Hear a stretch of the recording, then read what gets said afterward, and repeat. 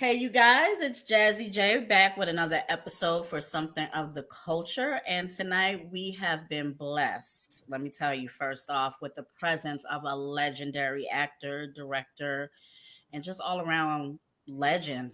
Mr. Bill Duke, welcome. Thank you for having me. Thank you for gracing our presence. Could you please start off by telling everybody who are not familiar with your work and you as an actor who you are? I've acted in such films as Commando, Predator, Car Wash. Now, recently, I'm doing The Oval and a new film coming out in a few months with Steven Soderbergh called No Sudden Move. I'm on a series called Black Lightning. Hmm. Um, you can see another film called High Flying Bird. I've acted in on Netflix and Mandy, and a lot of different things I've done recently. And my directing career involves directing films like Deep Cover, Sister Act 2, Hmm. Hoodlum, um, uh, Cover, um, a lot of different films. Great. Now, I'm sure this is like the main question you get asked all the time by fans across the globe. Everybody's favorite thing that you did was, of course, none other than Menace to Society. Oh, God. Now, did you think that that that one part was going Never, to be this huge? never, never, never. I was in.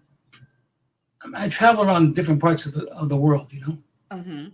I'm in Japan. I'm walking down the street with a friend of mine. These two little boys, Japanese boys, see me. Oh, stop, stop! You be Duke, right? I said, yes, guys. How are you? No, you don't pooked up, right? They said pooked up. So what can I say? I get it every place. I mean, when you started this movie, how did you prepare for your role in Menace to Society? Well, the Hughes brothers, the brilliant, wonderful Hughes brothers, directed it and wrote it and everything, and they told me the character they thought I should be. Hmm. So I digested that and came with the best I could come up with. It. So it was great working with them. Great. Now, I heard that you did some directing on Cagney and Lacey, and for y'all people that don't know what Cagney and Lacey is, let me tell you something. That was a great show.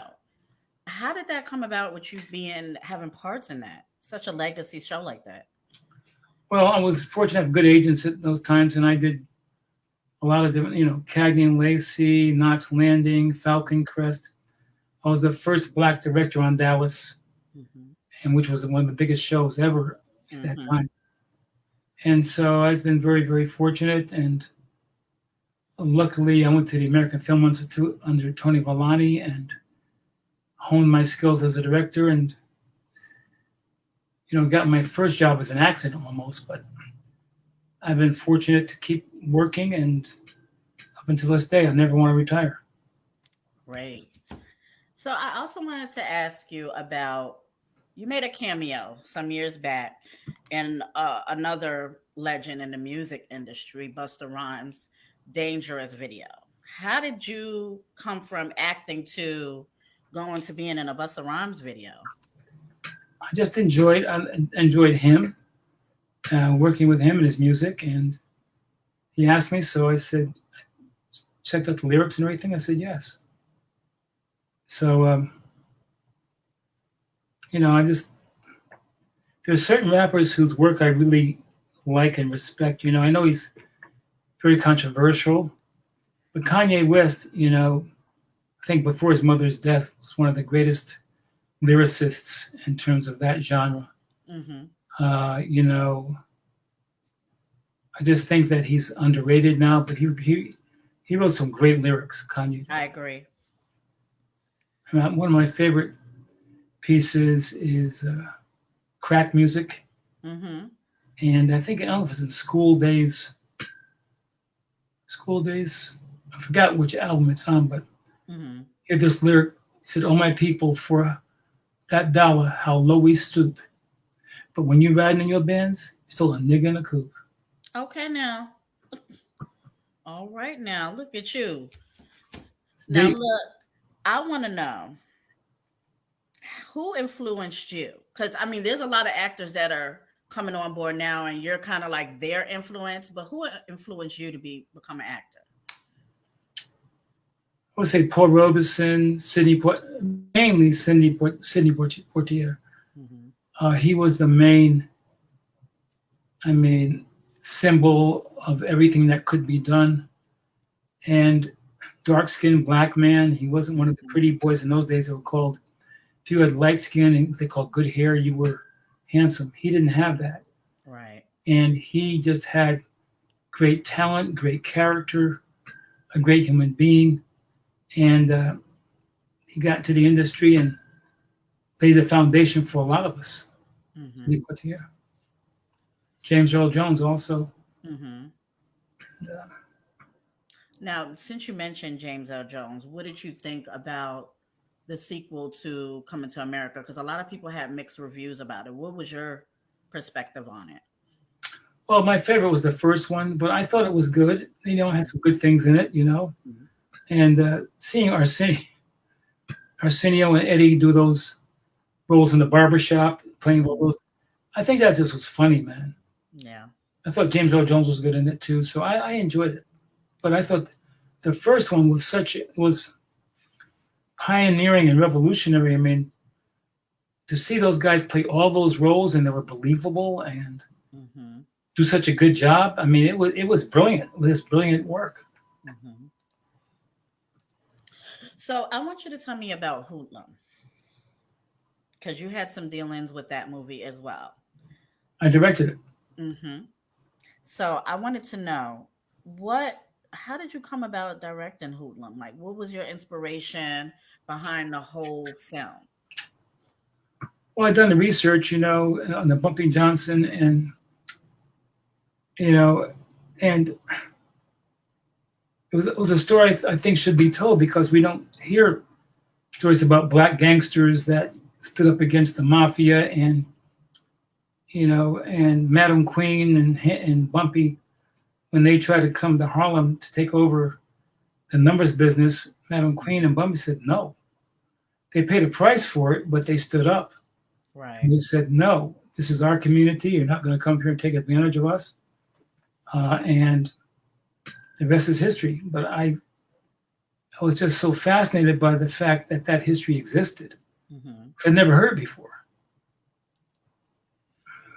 You also did A Rage in Harlem, Yes. which is another classic. Thank Can you. you tell us how did you come about with that movie as well? Well, you know, I think it was New Line. I think New Line produced it, and they brought me on, and I love the script because I think it had a lot of different.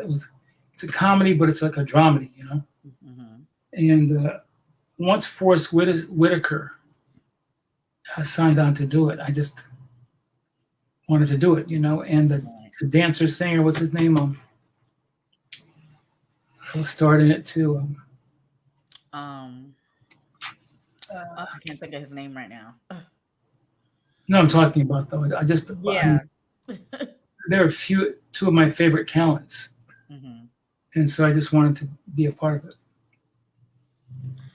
What about there was a movie called Dark Girls, if I'm not mistaken. The documentary. Mm-hmm. a What book. was your And a book. vision behind that one? Well, it was about colorism or racism in our own community, Mm-hmm. light skin over dark skin, and I researched the history, and my sister and I went through a lot of pain Mm-hmm. being darker children. I remember on my first day in school in kindergarten, I was called nigger, nigger, nigger, and I went home and sat in the bathtub and tried to take Babel cleanser and wash the black off my skin and tried to drink some bleach, and my mother came in the bathroom at the right time, and I didn't drink the bleach. But you I wanted to talk about the pain of it, but also the glory of it, because you overcome it. You overcome it, and in spite of what people say about you, you find your own identity, and you become who you are. So We have a actual question from one of the viewers, Barry Suave. He said, "What made you get into acting and why?" I was searching for my identity and what I wanted to do with my life, and I seen Sidney Poitier was inspired, but never thought I could do anything. But um, Constance Kuhn, who was at Dutchess Community College, was the speech and drama teacher. And I got in the class, and I was in a play called Emperor Jones, and something hit me. It's just, I told my parents I really was inspired by Sidney. They said, "That's crazy. It's impractical." So I was never considered handsome or anything, so I wrote a journal. I have dyslexia, a disease called dyslexia. And so I wrote my feelings in my book, my journal. And,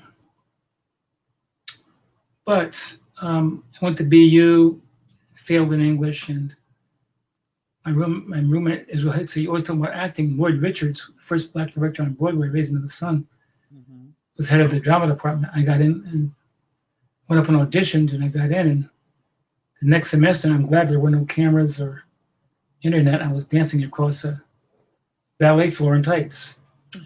I'm glad no one saw it. But it was, and from then on, I followed Lloyd to NYU and then out to Hollywood to do his assistant. He was really my guide, my teacher, my inspiration, Lloyd Richards. So I wanted to know, what is your creative process like? Like, what does Bill Duke do when he's preparing for a role? Well, first I read the script, and then numerous times. And then I meet with the director and the writer. And they tell me what they feel the character should be. I digest that and memorize the lines. And then comes the challenging part, which is not acting, but becoming. To do that, I tell my students, it's like falling into darkness backward. You have to trust something within yourself that you cannot name or describe. But it's the creative God within you that you have to trust, that's going to enable you to become who you've asked to become. And so after I learn the lines, I then take a deep breath, flow the darkness backwards in front of the camera, and I am whatever that is. Wow. So we have another question from the audience. What was your worst and best moment in your career?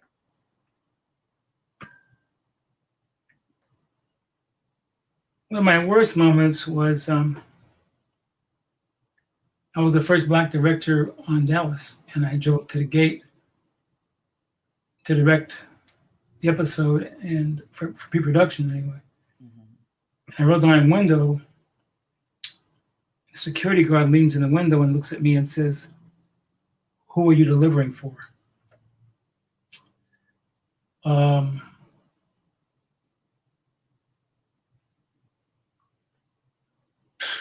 Black man in the car. And I wanted to say to him, "I'm about to deliver a can of whip ass to you," but if I had said that, I would have been the angry black man in Hollywood, never worked again. Right. So instead I said, "I am the first Black director on Dallas. I'm delivering my talents as a director. Would you please open the gate?" And the thing that was most satisfying was the look on his face. That was more than anything I could have ever done, the look on his face. The best moments, God, there's been so many of them. Acting in Car Wash, I love that.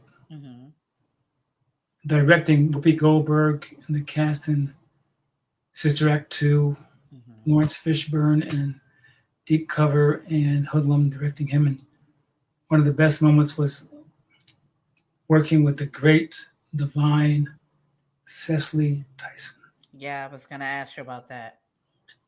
That was, I was speechless. She was one of the greatest human beings and greatest actresses and greatest spirits I've ever known. And God bless her spirit today. Where were you when you first got the news of her passing? I was in LA, and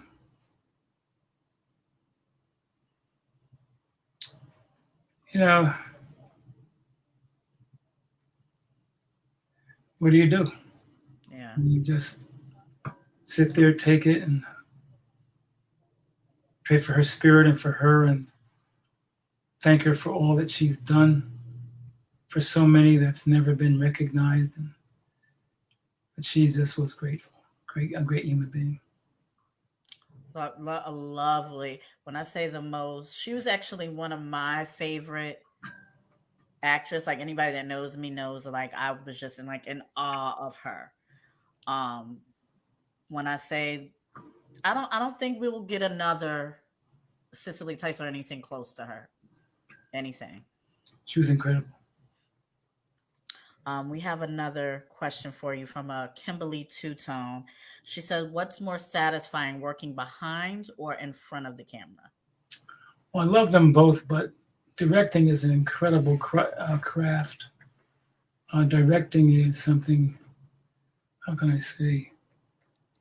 You get a script, you work with a writer, and then you have a vision of things, Mm-hmm. and you manifest that vision through hundreds of people sometimes. And you have to manage time, people, and money, but you have to also translate your vision of what you see. And when you see it in the theater and people appreciate it, it's very rewarding. Mm-hmm. Now, with the new directors such as like the Tyler Perry's coming up, well, what do you think about? Well, let's just base it on Tyler Perry. What do you think about, what he has done for Black actors and just African American actors and movies and plays, period? I think Tyler Perry is a genius. He's brilliant. He's a great businessman. I think I was at a studio. I acted in the Oval, and he literally built the White House on the property. Mm-hmm. He has a boat. I think there's, it's 20 acres of the most, I think it was 12 state-of-the-art studios. Stages, sound stages. Mm-hmm. He was hospitable, courteous, kind to everybody, and there's so many people he hired Mm-hmm. that would not have jobs if it was not for him. So he has made his mark historically. He's established a legacy. Mm-hmm. One of the ironic things about his property is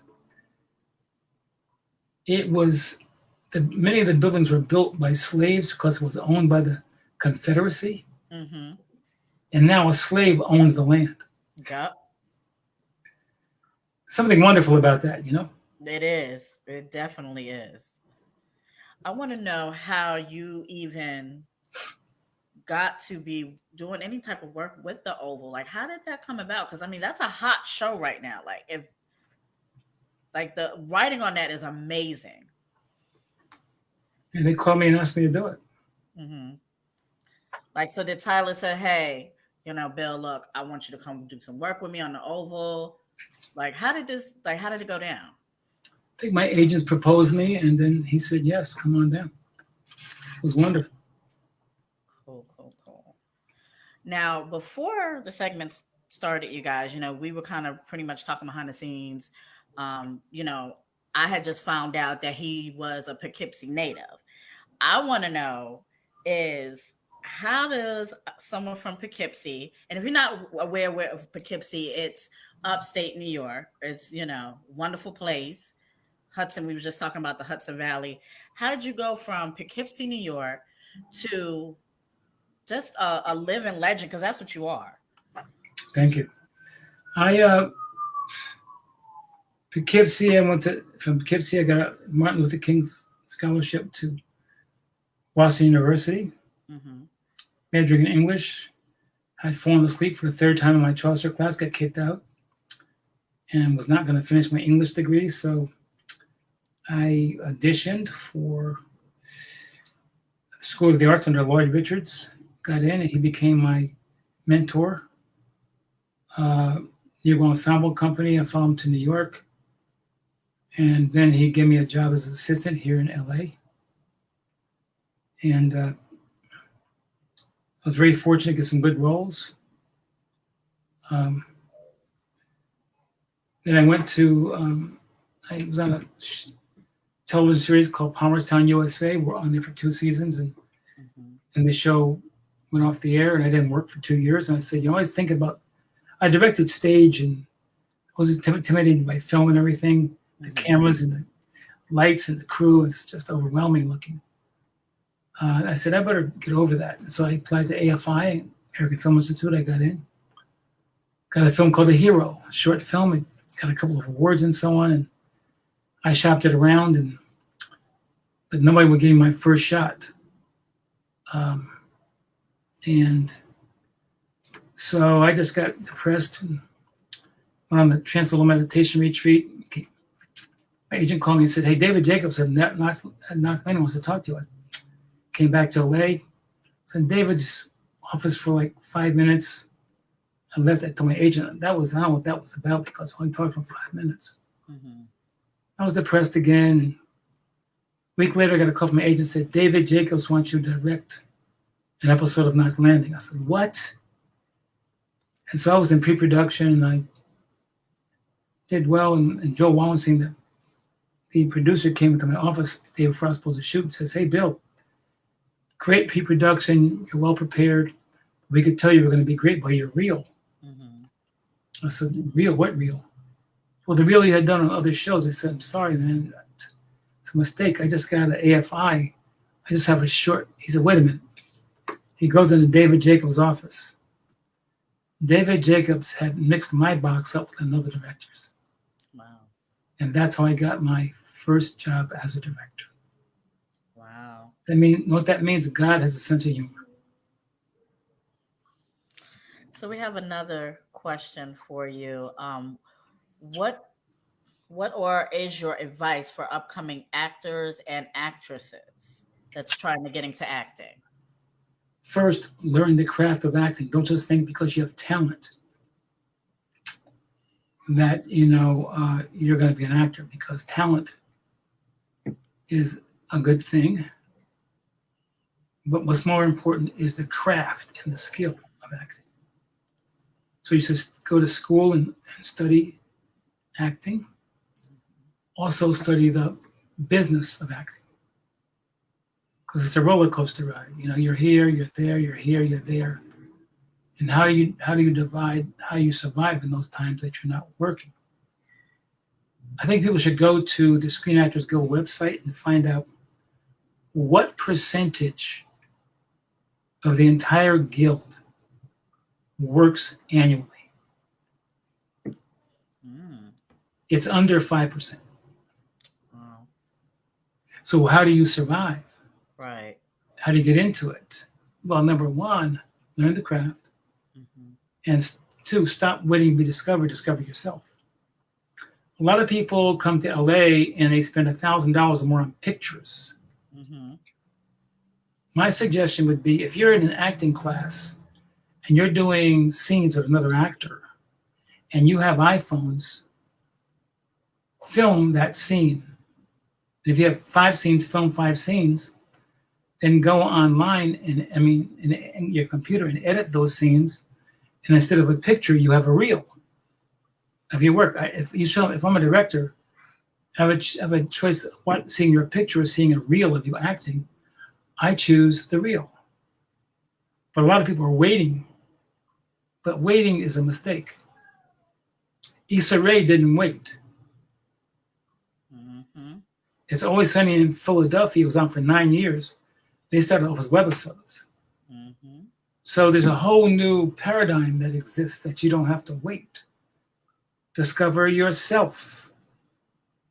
And people say, well, it's hard. So what? Work for it. No, that's right. Very true. We got another question for you by Miguel Ramos. He said, "What film did you have the most fun being in, and which was the worst?" Uh, Being in Car Wash was incredible but also being in Predator was great because we became a family. We're in the middle of the woods, the jungle. Mhm. And the first week we were there, there were bugs in our food. And he told the kid to take it back. He said, I'm putting netting around the tent, but we're in the jungle. Mhm. And I'm trying to keep the bugs out of the food, but he said, we're not eating it. By week 2, it was called protein because there was no more food. Wow.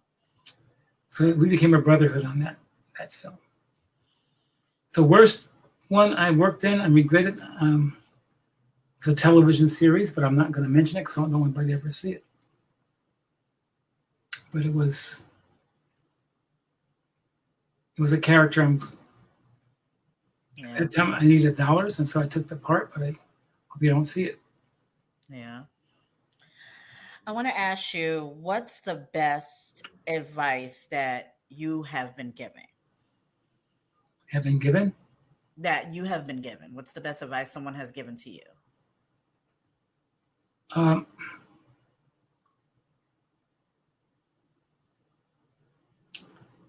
One person told me one time, an advisor of mine, and I live by this. He said, while other people are out partying, stay home and study your craft because that is going to enable you to accomplish something. And he said, once you accomplish something and you party, it's not called a party, it's called a celebration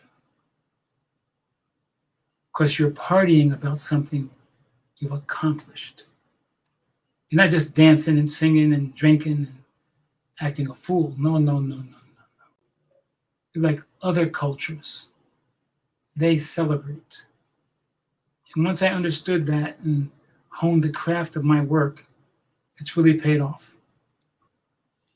Indeed. What is the best advice you have given to someone else? Well, my advice comes from quotes because I like quoting people who are wiser and smarter than me. Can I give you a few? Sure. Two by Malcolm X.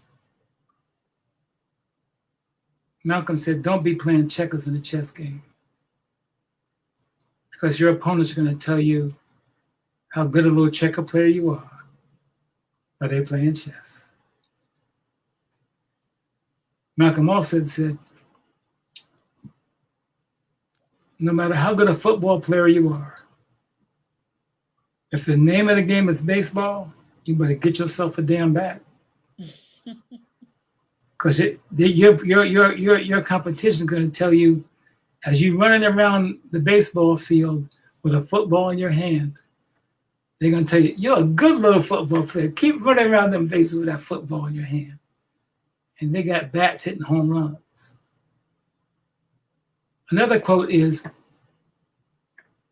aspire to inspire before you expire. Mm. The second one is,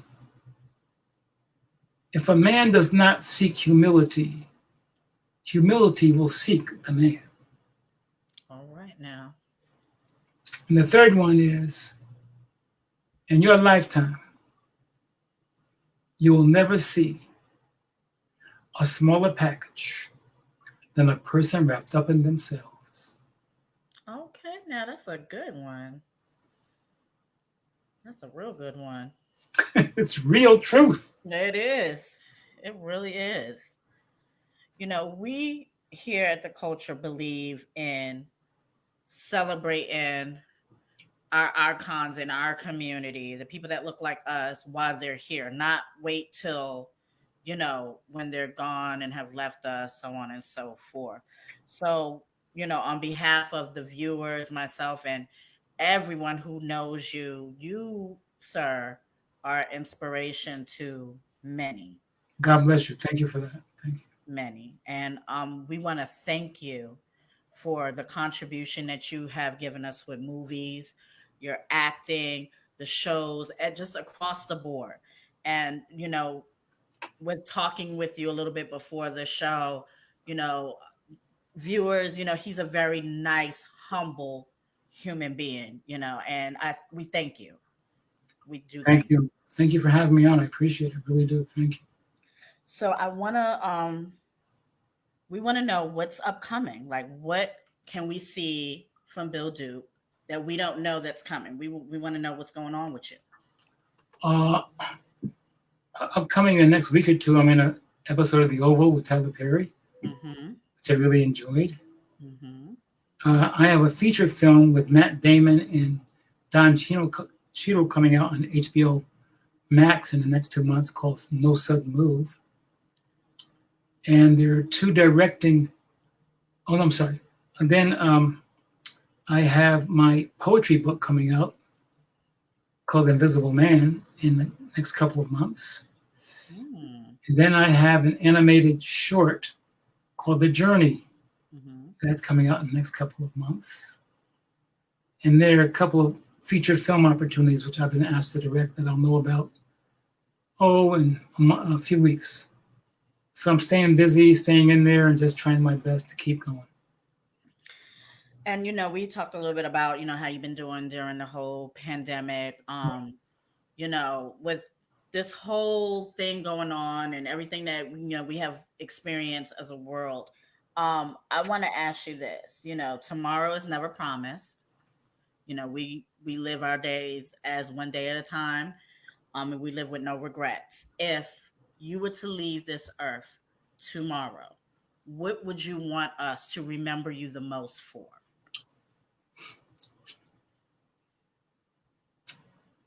I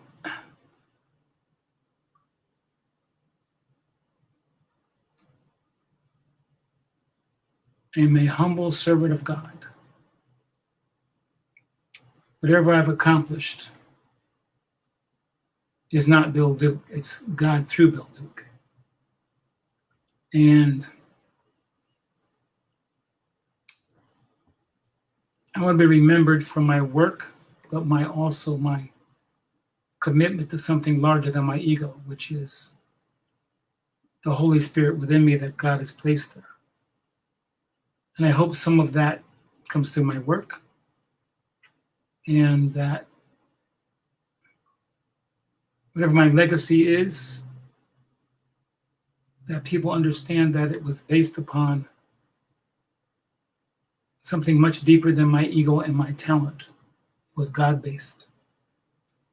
Because without that, I would not be here today. No, that's all right. Well, because everybody's been saying it in the comments, your famous line, I know. your famous line, and we got to hear at least one time from you, just one time. You sure you want to hear it? We are positive we want to hear it. You know you done fucked up, right?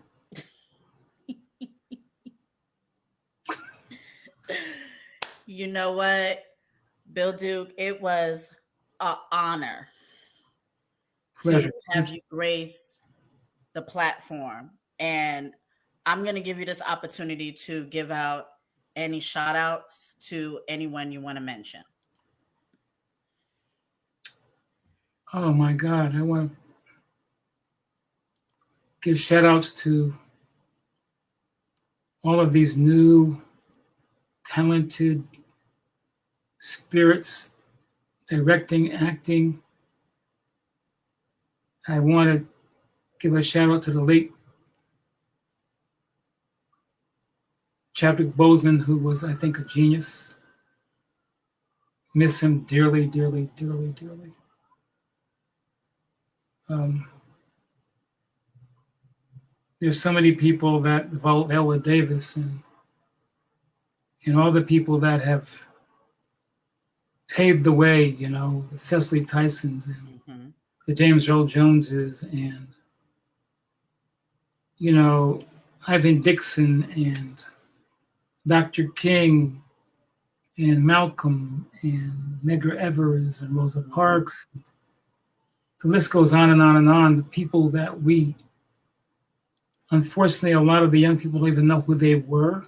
Mm-hmm. And they wouldn't be here if it wasn't for the sacrifices that those people made. Yeah. I want to just say they should never be forgotten ever. And I hope that, I know that Black, because she's been taken out of many of the schools now. Mm-hmm. I hope it comes back at some point because we need to know our history. We do. Definitely do.